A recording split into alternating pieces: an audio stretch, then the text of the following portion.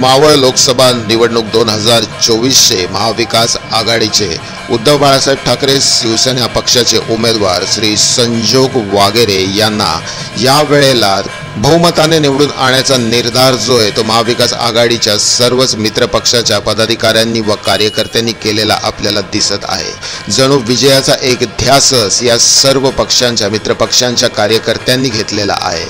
राष्ट्रवादी काँग्रेस खोपोली शहर काँग्रेस कमिटी असेल, शरद पवार राष्ट्रवादी काँग्रेस खोपोली असेल, शेतकरी कामगार पक्ष खोपोली असेल, आम आदमी पार्टी खोपोली, या सर्वच पक्षांचे पदाधिकारी व कार्यकर्ते मोठ्या जोमानं रस्त्यावरती उतरून संजोग वागेरे यांचा प्रचार करताना दिसत आहेत। सर्वच पक्षाच्या पदाधिकाऱ्यांनी व कार्यकर्त्यांनी यावेळेला संजोग वागेरे यांना मावळ लोकसभामधनं लाखोच्या लीडनं निवडून आणण्याचा जो ध्यास त्यांनी आपल्या उरामध्ये भरलेला आहे, विजयाची एक नांदी जी आहे ती आपल्याला इथे पाहायला मिळत आहे।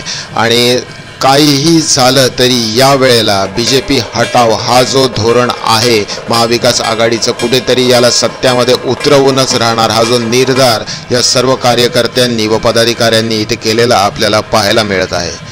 संजोग वागेरे यांनी येत्या 23 एप्रिलला पिंपरी चिंचवड येथून जो आपला लोकसभेचा अर्ज दाखल केला त्यावेळची दृश्य आपण पाहत आहोत की त्यावेळेला किती जोमाने व किती उत्साहाने व किती मोठ्या संख्येने महाविकास आघाडीचे पदाधिकारी व कार्यकर्ते जे आहेत ते रस्त्यावर उतरून संजोग वागेरे यांच्या नावाची घोषणाबाजी करत रस्त्यावरती उतरलेले पाहायला मिळत आहेत।